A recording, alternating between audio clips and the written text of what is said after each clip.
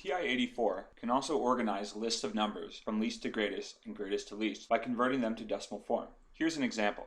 Press the Stat key and then press the number 1 to enter the edit mode. Enter each of the numbers into the calculator. Square root of 2, 1.4, 13 ninths, and 1.41.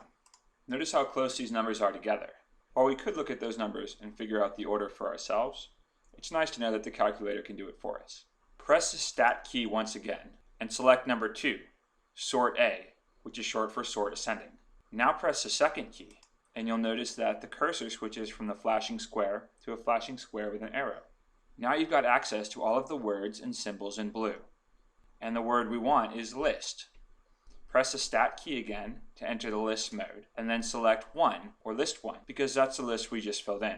Close the parentheses and press enter. The calculator tells you that the sorting is done, but we need to see the order. Press second and Stat again to access the list menu, select list 1, and then press enter. Lo and behold, our numbers have been ordered from least to greatest. 1.4 comes first, 1.41 comes second, 1.414, or the square root of 2, comes third, and 1.44, or 13 ninths, comes fourth. While this is a powerful feature of the TI-84 calculator, it's only useful if you can make a connection between a number and its decimal representation. We can also use the TI-84 to sort in descending order. Press Stat and select number 3 for Sort D, descending. Again, we'll select list 1 by pressing second, list, then the number 1, close the parentheses, and press enter. The calculator tells you that the sorting is done.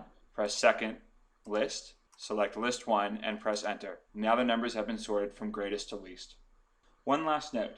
To keep my decimal representations manageable, I've told the calculator to limit its computation to 3 decimal places. You can adjust that by selecting Mode and pressing down. This line of the menu tells the calculator how many decimal places to use. Float, use anywhere between 0 and 9. I've got it set to 3, where it'll only tell me 3.